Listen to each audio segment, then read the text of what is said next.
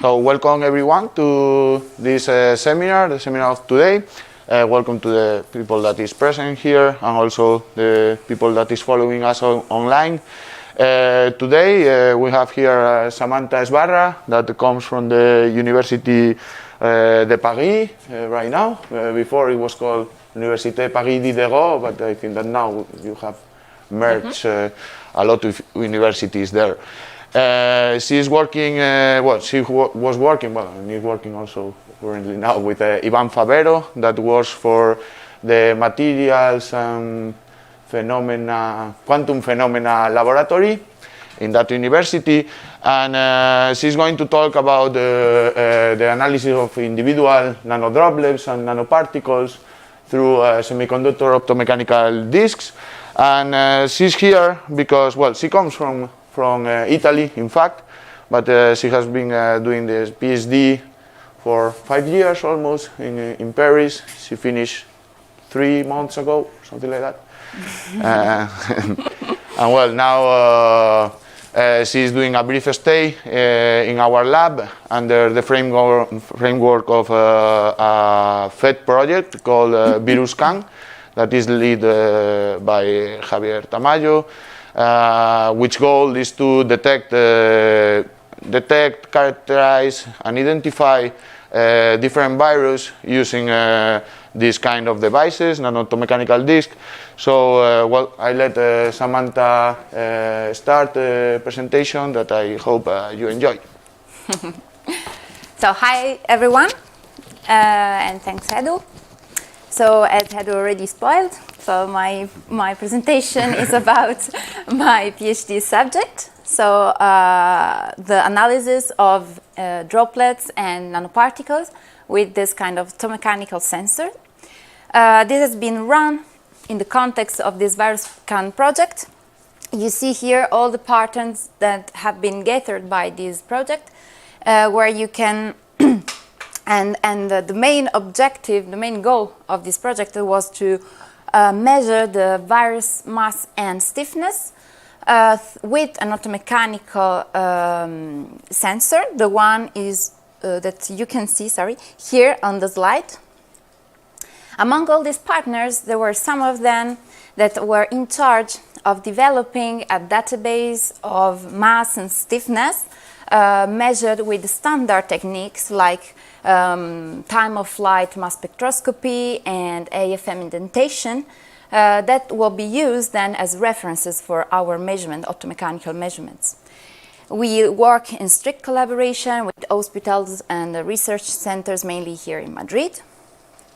The coordinator is you guys in CSIC, and here. I just realized I put the old logo of yours, sorry. And then there are partners that are, whose role is the one of integrating several instruments for the separation and the transport of viruses from a blood sample towards the optomechanical sensors. And here I am, the CNRS and Université de Paris, where I did my PhD indeed, where we are in charge of designing, fabrication, and characterization of those chips. So the idea of measuring, of weighting viruses with optomechanical devices is quite challenging objective. And in order to show you how challenging it can be, I made a very simple comparison. So a virus has, like the one we are more concerned about in this period, so like COVID virus, has mass of 10 to the minus 17 grams with a dimension of about 100 nanometer. The device I'm going to talk to you about today have a dimension of about 20 microns in diameter. You see here as disk. Is a semiconductor disk with a mass of 10 to the minus 10 grams. So you see the ratio between the masses about 7 orders of magnitudes.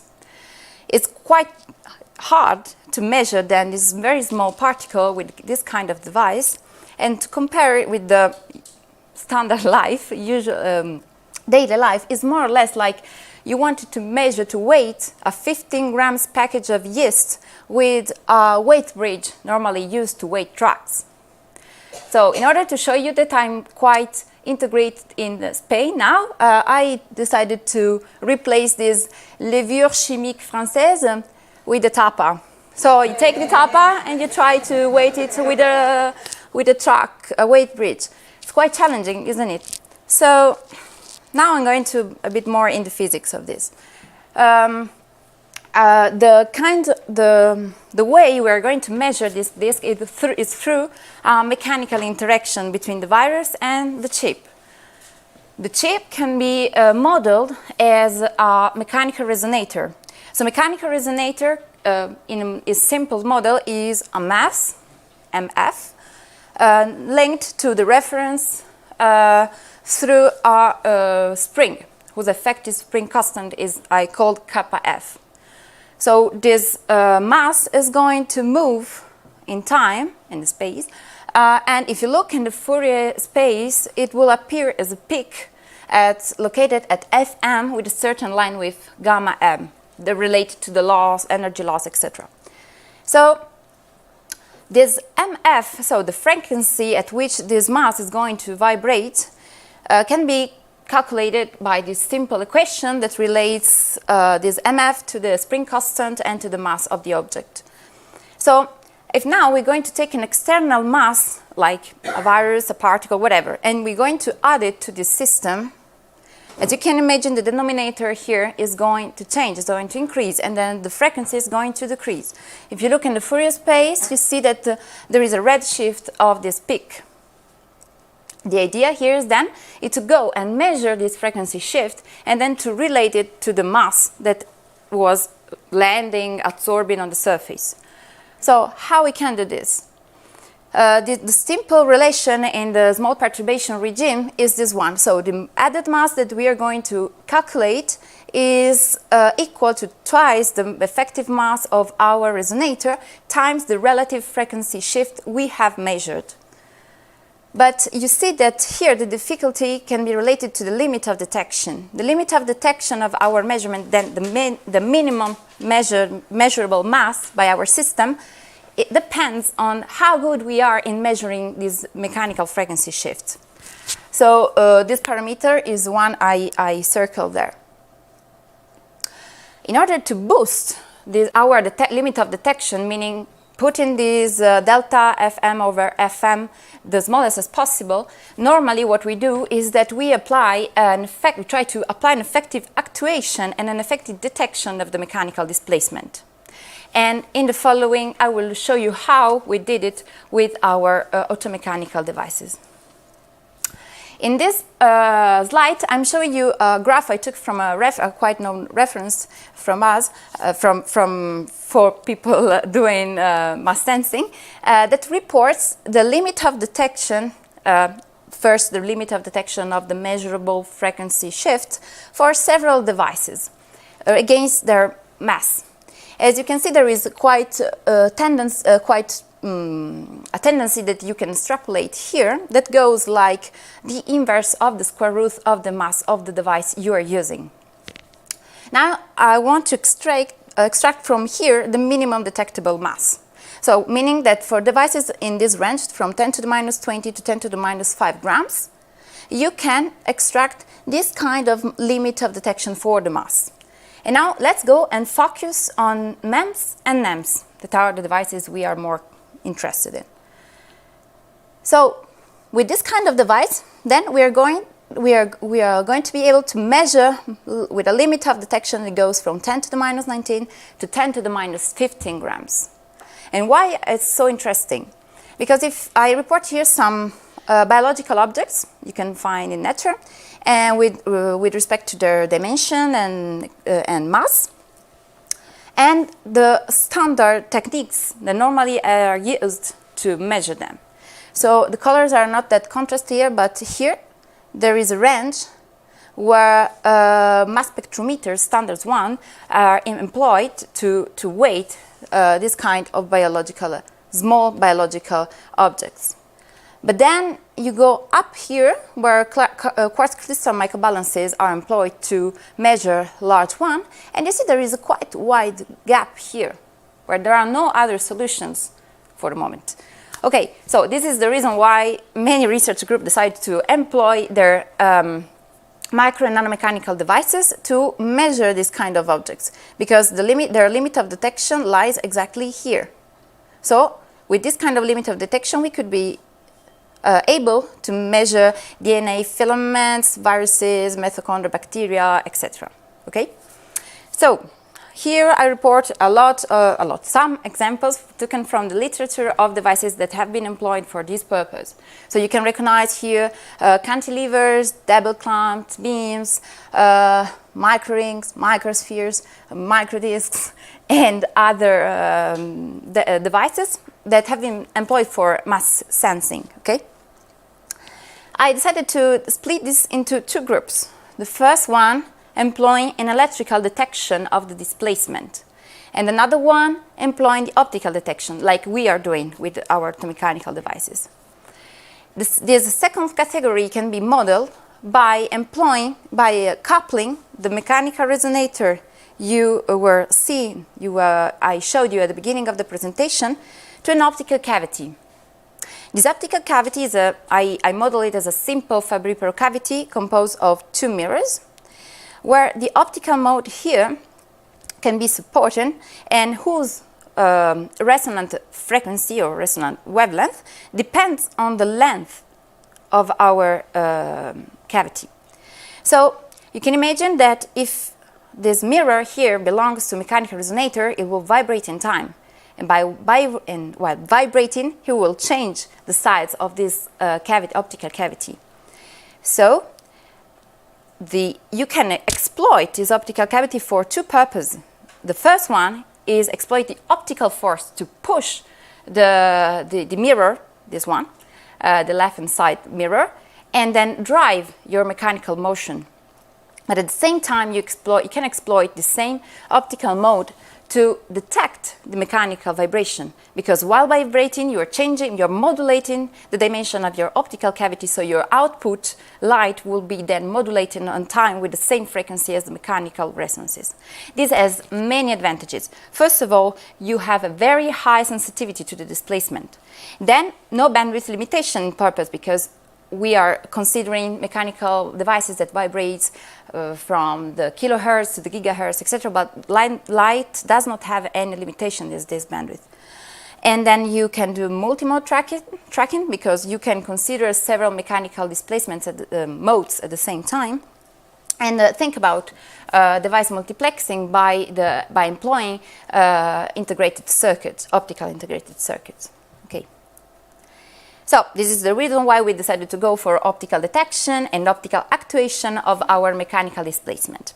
So now we'll go more into detail about how the resonator we are using look like and how it works. So it consists of a gallium arsenide disc resonator with 11 micron radius and 200 nanometer thickness that is optically coupled to waveguide here, that is fully suspended and supported by these two structures. You can see it from the side, this disc, it lays on the pedestal made of aluminum gallium arsenide. And at the same time, it behaves as a mechanical resonator with several kinds of mechanical displacements. The ones that we are more interested in are this family of modes, where here I'm showing animation for the fundamental one, where you have a fully radial displacement of the disc. These are called radial breathing modes. These modes are really interesting because they really couple well with the optical modes of this cavity, because this disc is at the same time an optical cavity for light. How it works? It works relying on total internal reflections of the photons that are circulating inside the disc. So here I'm reported the Z component of the magnetic field for a TE mode supported by the structure. Okay, so now that I introduced the context, I will show you the outline of this presentation that I divide into 4 points. The first is the nanofabrication techniques that we employed. I will go very fast on this but if you have questions at the end, you can ask me, but even during the presentation itself. Then I will move to a multiphysics model that we have developed to describe the behavior of these devices while actuating and while detecting their motion with light, optically. And then I will move to two sections that I dedicated to the sensing of droplets, nanodroplets, and individual nanoparticles with this kind of chips. So let's start with the nanofabrication process. So it's made on a gallium arsenide substrate where 1.8 micrometer aluminum gallium arsenide has been epitaxially grown, and on top of which we find a 200 nanometer gallium arsenide layer. So first the wafer is cleaned, then a resist is spin coated and exposed with electron beam lithography in order to define the design of the disk and the waveguide and the supporting structures. At this point, we use ICP vertical etching to etch part of the aluminum gallium arsenide and the gallium arsenide up top. And then we employed a wet HF under etching to shape the pedestal side. At this point, our disk is ready, and the waveguide is totally released from the substrate. But still, we need to remove some part of the edges of our device. In order to do this, we spin coat another resist. We expose it optically, and then we etch it with another wet etching process that, as you can see, removes part of the gallium arsenide from the substrate to get our final device. The reason why we do this second etching step is that we want to remove part of the gallium arsenide to have enough space to approach these 2 microlens fiber I am showing you here that are employed for the injection, the collection of light in our optical spectroscopy characterization of our chip. Okay, so what about this multiphysics model then? So as I already told you, the advantages in using an optical actuation and detection technique are a lot, but how we can do it? So this is how our optical setups looks like. It consists of a tunable laser in the telecom range, whose output is sent to an electro-optic modulator. This component here adds 2 sidebands to the main carrier that we get from the laser with a kind of amplitude that I call beta and modulation frequency omega. So these 2 sidebands are perfectly symmetrical, okay, if your electromodulator is perfect. Then this signal, this field, is sent to the chip, to our chip here. So it will pass through the waveguide here, and in correspondence of a resonating lambda or wavelength frequency for our disk, part of the light will be injected inside the cavity. At this point, we can write down the field inside our chip as the sum of a mean field, A bar, plus a modulated term. This modulated term comes from our input modulation and then can be written as a sum of 2 sidebands, one with amplitude A minus, rotating and minus omega, and one with amplitudes A plus rotating at plus omega. Now A minus and A plus do not have the same amplitudes because they are not transmitted in the same way inside the cavity. Okay, now we have to think that we have optical forces that are actuating our displacement. So it means that also the mechanical displacement now can be written as the sum of a mean displacement plus a modulated term, delta x.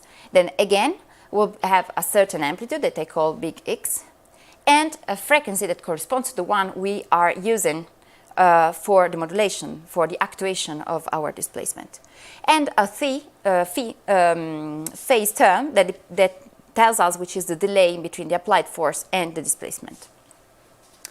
So part of the field that do not enter inside the device pass through the waveguide, and part of the field that was coupled inside will be coupled back to the waveguide. And so we can collect it from here, amplify it with an erbium doped fiber amplifier, and convert it into an electrical signal with a fast photodetector. At this point, we have an electrical signal that will be fed into an ultra-high frequency lock-in amplifier, and that will be mixed with the signal employed for applying the modulation. So you have a reference signal and a real signal you want to understand, you want to investigate. While doing this mixing, at the end you will have an amplitude and phase components. And the question is how we can model these R and theta. We want to write down equations for them. So in order to do this, you need first to understand which are the physical processing that are going in our disk. So at the beginning we thought that was enough to look at the optical field, the mechanical displacement, and their mutual coupling. But at a certain point we realized that just taking into account these two facts, we were not able to write equations for R and theta that will be able to model our, to fit our experimental data. In fact, there was a third ingredient missing, that is temperature. Temperature is increasing in our disk because of photon absorption. And this photon absorption will induce in the optical sides thermo-optic effects, so a dependency of the position of the optical mode resonance with respect to temperature, and a shift of the mechanical resonance because of thermoelastic softening of the material. On top of this, there is also the arise of photothermal forces. Photothermal forces will act as a driving mechanism for the mechanics as well, and sometimes it will be the dominant force moving our mechanical resonator. So we need to account for it. So you take all these ingredients and you write down three coupled equations. The first one for the optics, the second one for the mechanics, and the third one for the temperature.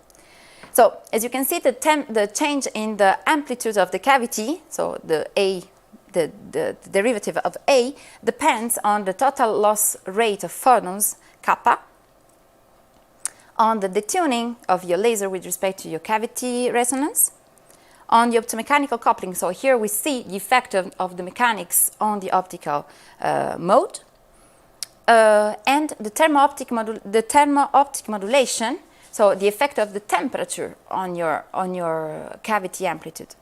And an input-output terms that stands for the coupling between the waveguide and the disk, so the injection of photons from the external environment and the extraction of photons.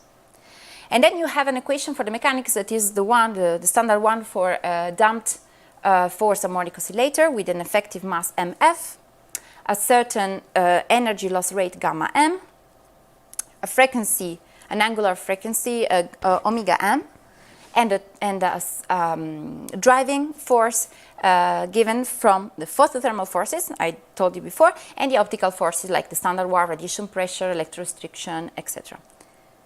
And the third, you have the equation for the time, the temperature change in time inside the disk. That is the one from a low-pass filter with a characteristic time of tau th.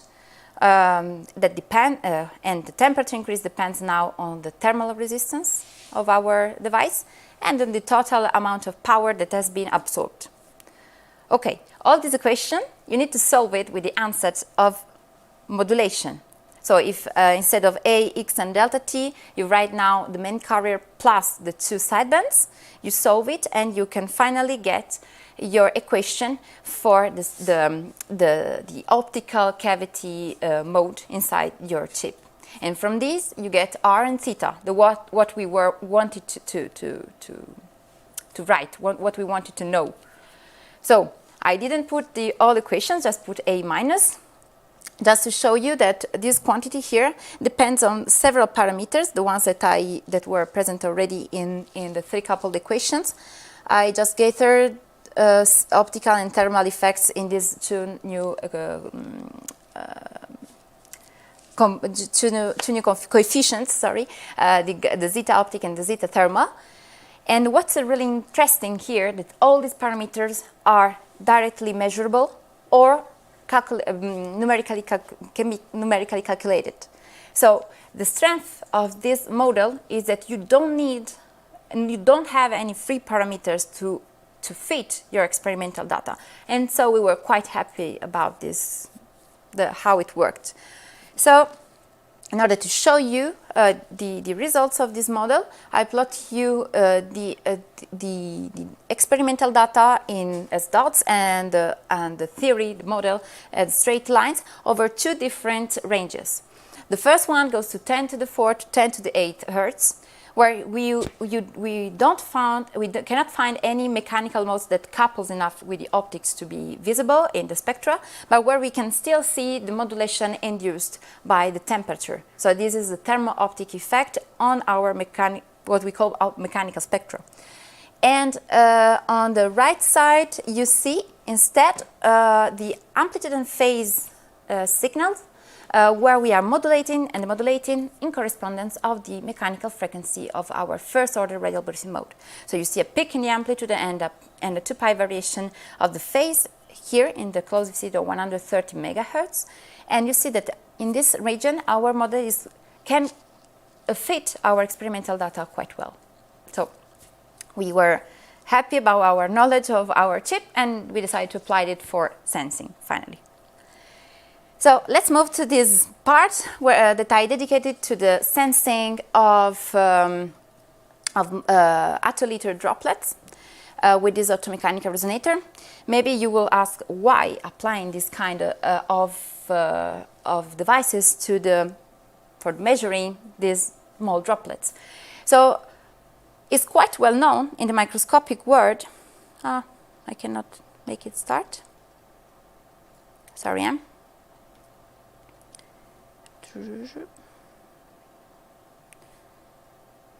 I have two videos.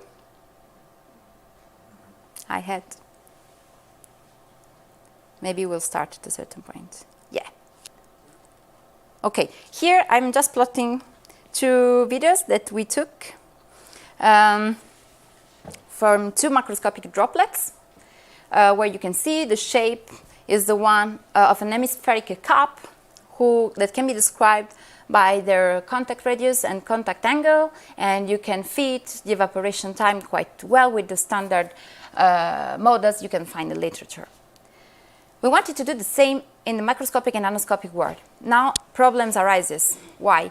Because when you go to the microscopic world, this kind of droplets can evaporate really fast. And so what you need to have on top of very good mass sensitivity is time resolution.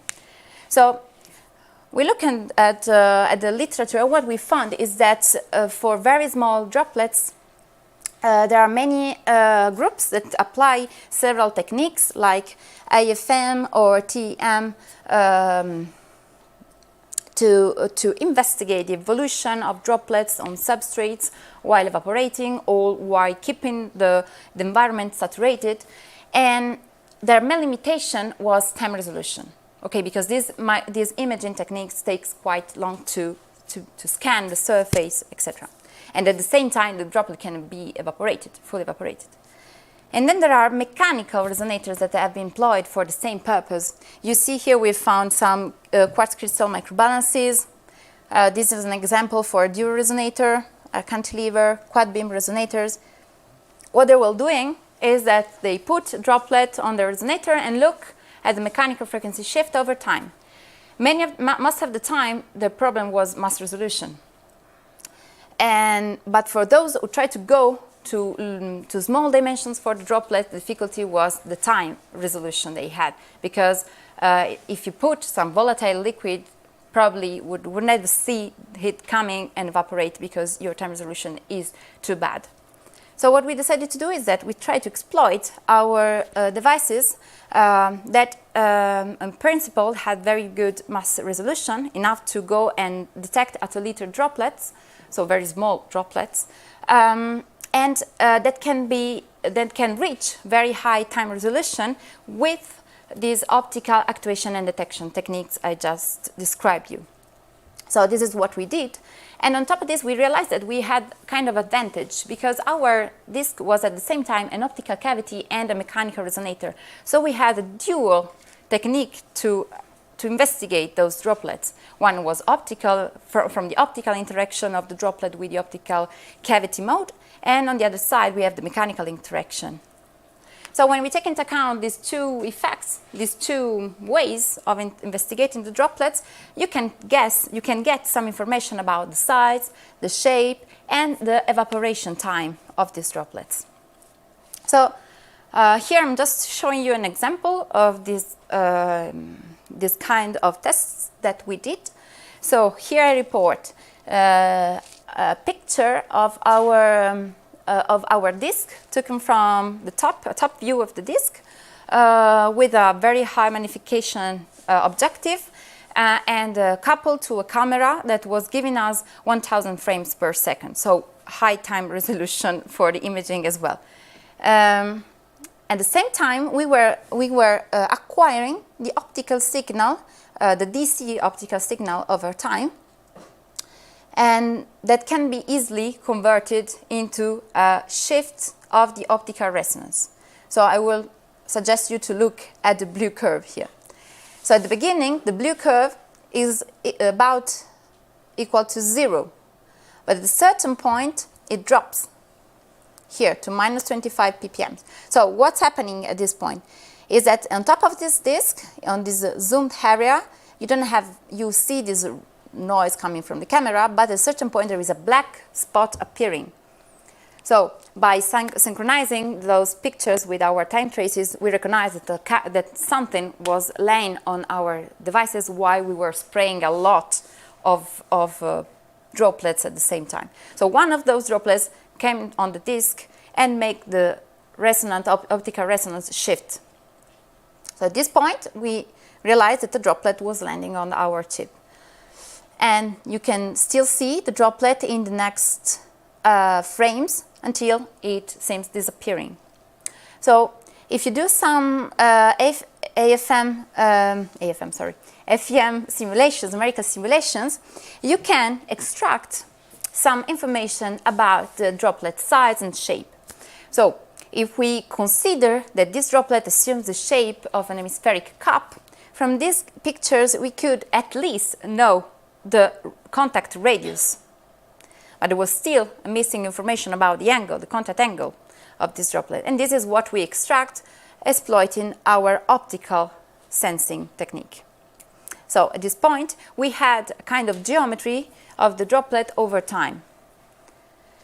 We could trust it, we could not trust it, but we had another possibility, is that trying to confirm this information with the mechanics, because as I said before, we have a dual way to investigate this droplet.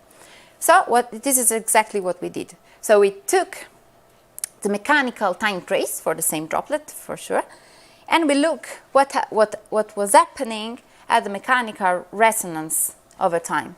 So you see that, just focus on the pink trace, that is the one we extract from the phase, but you don't need to know this. So you see that here again, at time t equal to 0, there is something happening, so there is a shift in the time trace that is related to the interaction now of the droplet with mechanical mode.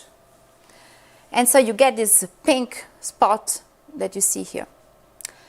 We add on top of this graph the expected frequency shift that we get if we take the geometry inferred from the optics.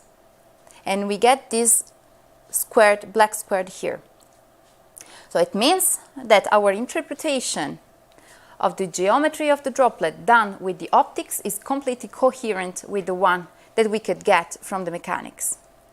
And this was quite impressive for us because it was not that easy. Sure, we have error bars that are the ones I'm showing you in gray. We were quite large with these error bars. What we considered here is that maybe the droplet we see from the camera is larger than what we really see here. And so we take some margin on this. And that probably we don't really know exactly the relative position of this droplet with respect to the lobes of the optical mode. That is what is important to extract information from the optics. And so we took, again, here a lot of margin. And so you have this quite big, error bars, but still the two information are in agreement in between them. So this was making us quite happy about our results, and we tried to investigate something more about the evolution of the droplet over time. So what we did is that we focus on the first 20 milliseconds of our time trace. So you have a time equal to 0, the arrival of the droplet, 0.3 milliseconds the arrival of the droplet, and we look over time what was happening. Here you can really appreciate the time resolution we have, that is about 0.3 milliseconds. So it's very high. And this is just because of our optical actuation and detection scheme. So how we can model this evolution of the droplet over time? At the beginning, we took the standard equation for the evaporation of a droplet. That is the one you can get for the fusion of molecules in the environment, and was really not fitting our experimental data. So something was missing, and we realized that we were doing this by considering the partial pressure for the liquid that we were spraying and investigating, that I didn't say, but is 2-propanol, as equal to 0 in the environment. But this was not true, because we were sending a lot of liquid in the environment and hoping that at least one droplet fall on the sample. And this means that the environment was really saturated in 2-propanol. And this is easily you can calculate it quite easily by knowing the amount of liquid you are spraying over time. So this is a equation that normally is employed for calculating the evolution of mass over time. So you see here it depends on the difference in the partial pressure at a distance 0 from the droplet and the partial pressure at an infinite distance from the droplet. So if here you put saturated pressure will be the same as the pressure close to the droplet, because you have continuity of the pressure at the interface. And so you should expect your droplet to be not evaporating. This is not the case, because there is another component for the pressure that you need to account for, that is the overpressure induced by the curvature of the droplet. So because we are not considering a flat surface evaporating, of liquid evaporating, but as a droplet, there is an overpressure inside the droplet that makes this difference in a saturated pressure ambience not equal to 0. By considering this, we can finally get this red curve. And believe me, you don't have any free parameters here. This was, I think, the main results we get from this kind of experiment, because we can really measure the evolution of this droplet over time and fit it with this simple model that accounts for this overpressure inside the droplet. And what is interesting is that this overpressure is really hard to investigate in with other techniques. So there are very, very few examples on literature where people are able to investigate this overpressure, the effect of this overpressure on evaporation. That's all. So this is for the first part of the evaporation, and then we try to look afterwards on a dezoomed graph. You see here that the model is not working then when we look after these 20 milliseconds. We didn't know what was happening. It's really hard to tell. And so what we did is that we looked at the ratio in between the optical and mechanical signals. Why we did so? Because if you read down some equations, you realized that this kind of ratio becomes a fixed quantity, about in between 3.5 and 4, when there is no more a droplet on your disk, but more an extended film. And if you work in a saturated environment, this film is always present. And so when you see this ratio is plotted as this yellow triangle, you see that the beginning takes a value of about 2, that is compatible with the presence of a droplet on the disk, and then it evolves. We don't know exactly how, but at the end, in a very repeatable way, it always gets to this 3.5, between 3.5 and 4 compatible with the creation of this extended film. So it's hard to tell what is happening in the middle. Probably the droplet is evaporating and the liquid is adsorbing again, absorbing continuously. But we are quite confident about the fact that at the end we can find an extended quantity of liquid over most of the surface of our disk. So this was our interpretation. Still, it's hard to find alternative ways to look at this very small quantity of liquids with other techniques. Okay, this was all about droplets. Let's finish with a brief some slides about the detection, the weighting of these nanoparticles with these disks. So we came back a little bit to our initial purpose. It was one of detecting viruses. We could not deal with viruses in Paris, so we tried to do it with nanoparticles. We select two families of particles that are the polystyrene latex nanoparticles of 300 nanometer. We select these ones because they are quite, they have similar rigidity as biological material.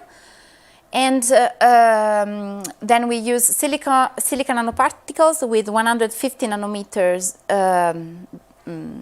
diameter that were smaller and a little bit lighter. As you can see here, I report also the mass.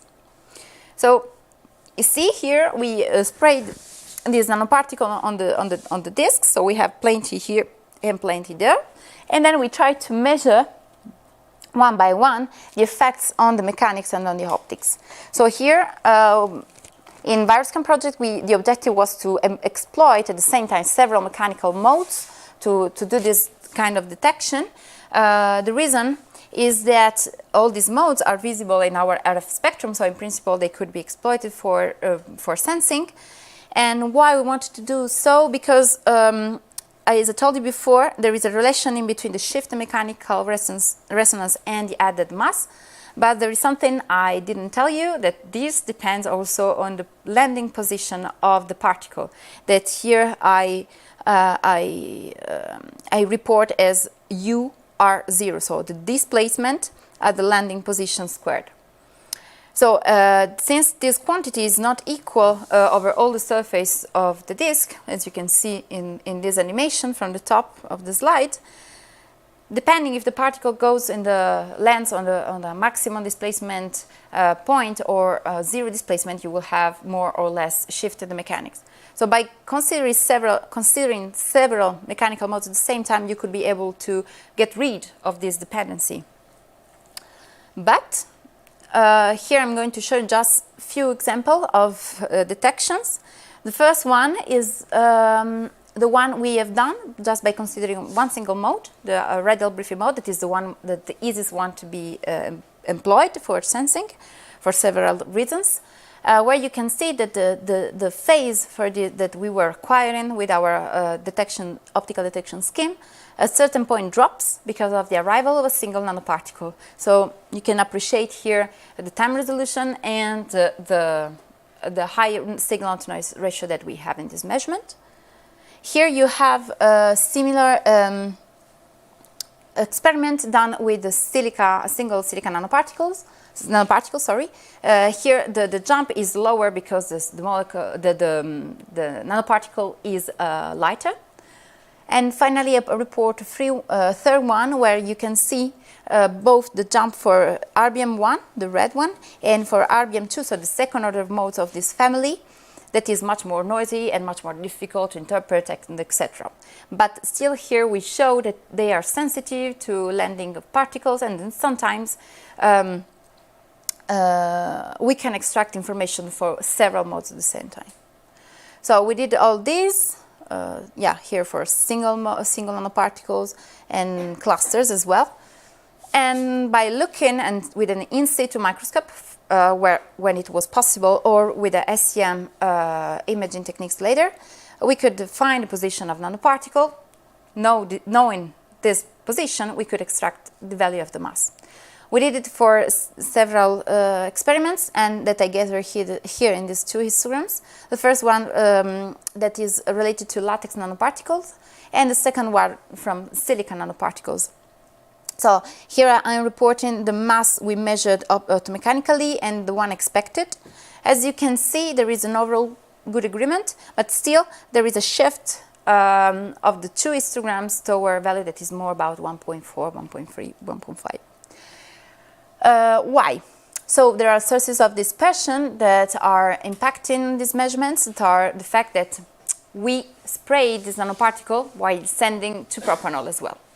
So these 2-propanol molecules were in the environment, some of them absorbed on the disk, creating a kind of film, and this was impacting our interpretation of the data. Then we have some inaccuracy on the particle dimensions, and the fact that the mechanical mode, so this UR square that we were using, could be impacted by the non-uniformity of the pedestal. And this was mainly the most important effect here.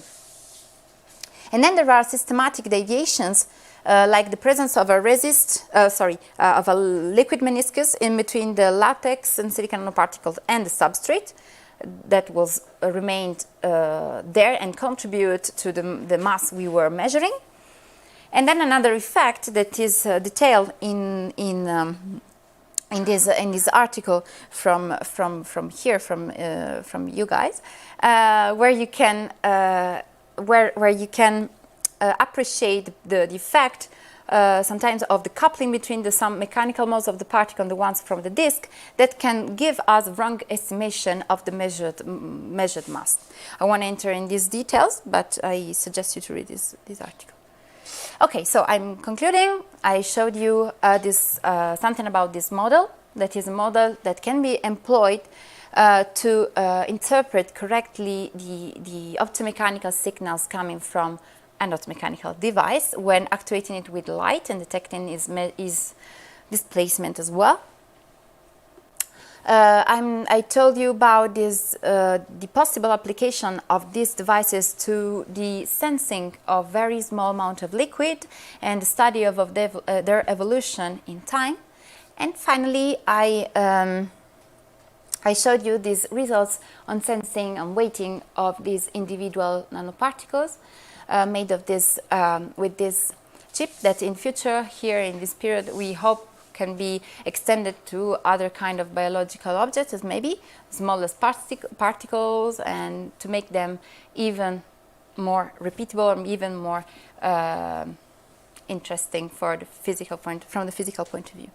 I just want to acknowledge my colleague Louis Vaquier, that is now pursuing my job in Paris, all the technicians from the clean room that helped me with the fabrication, and my supervisor Ivan Favero. That's all. Thanks.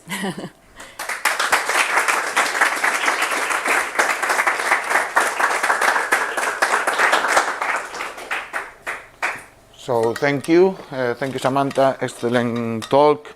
If you have any questions, they are welcome.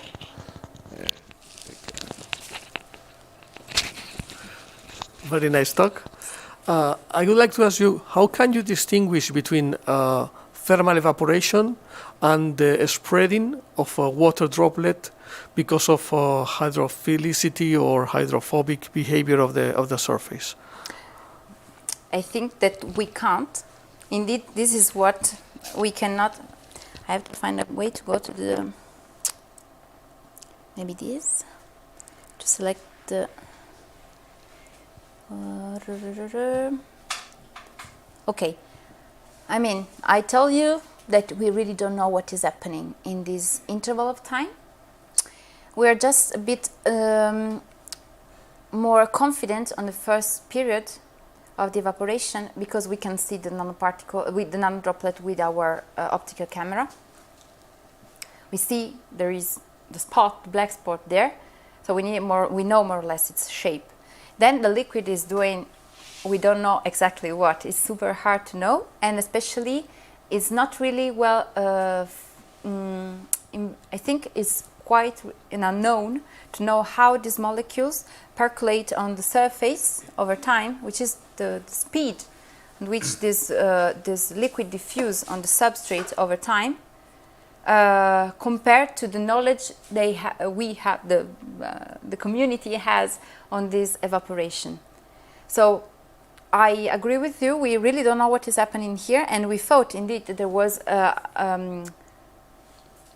is a moment in which the liquid spreads on the surface, and indeed we tried to model these effects, and we found that these time traces are compliant with the spreading of this droplet over a larger, let's say a cylinder of certain radius, as the liquid was evaporating, absorbing, or just percolating, I think you can say percolating, on the substrate. So I don't know exactly the relation in between the evaporation induced by the diffusion, etc., and this effect of spreading in this region. I don't know. So indeed we just believe in what we could see in the beginning of this evaporation. But it's super interesting, and I spent a lot of time looking at literature on this part, and you have like these dynamic simulations, molecular dynamic simulations, where the time scale is not really something you can trust. It's just the time of your simulations, the characteristic time of your simulation. So it's quite hard to interpret this indeed. Yeah. You're welcome. Just because you are in this slide, and I wanted to ask you, this ratio of 3.5 or 4 that you say that is what you expect from the theory, is what you expect if the whole disk is covered with a layer, or because of symmetry of the mechanical mode we are considering, if you cover just the top surface or both, is the same. Yeah. And if you cover 1/4 or even less, let's say 1/4 of the surface of the disk, quarter, let's say 1/4, 90 degrees, is the same as well, because you need to integrate over the surface. But you need to cover not only the periphery, but the drops should be covering also the center of the disk. Yeah, but it's less important to cover the center, because there the impact of the mechanical mode and the optical mode as well, the amplitude of the optical mechanical mode there are less relevant. So we found this ratio by expanding this droplet over a radius of 4 microns, starting from the center point where the droplet fell, that was 7 microns from the center. So you see at the end, you go up to the edge of the disk from one side and almost to the center on the other side. Yeah, and you already have this ratio because you're integrating over a zone where the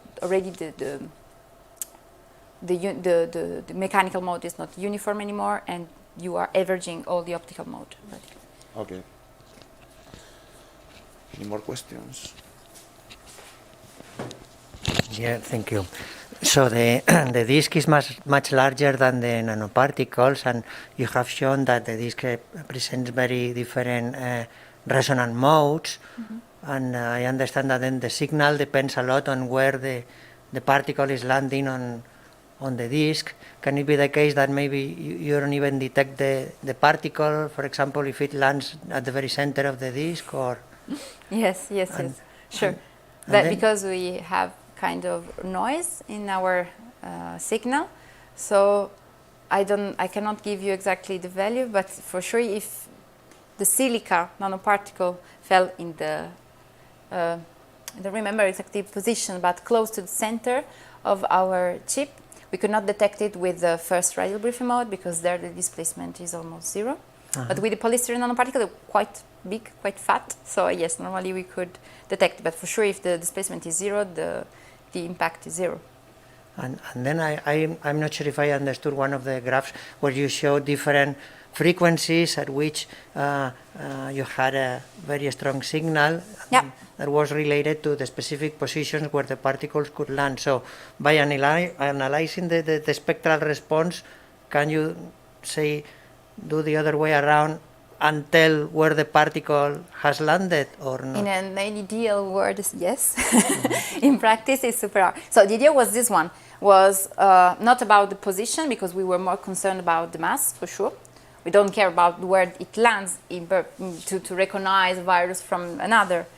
But yes, the idea was exactly this one, employing all these modes and have a lot of information, and so deduce the unknown of our problem, that is the mass and maybe the stiffness, and yeah. But this exactly this. Yeah. Yeah. Okay, thank you.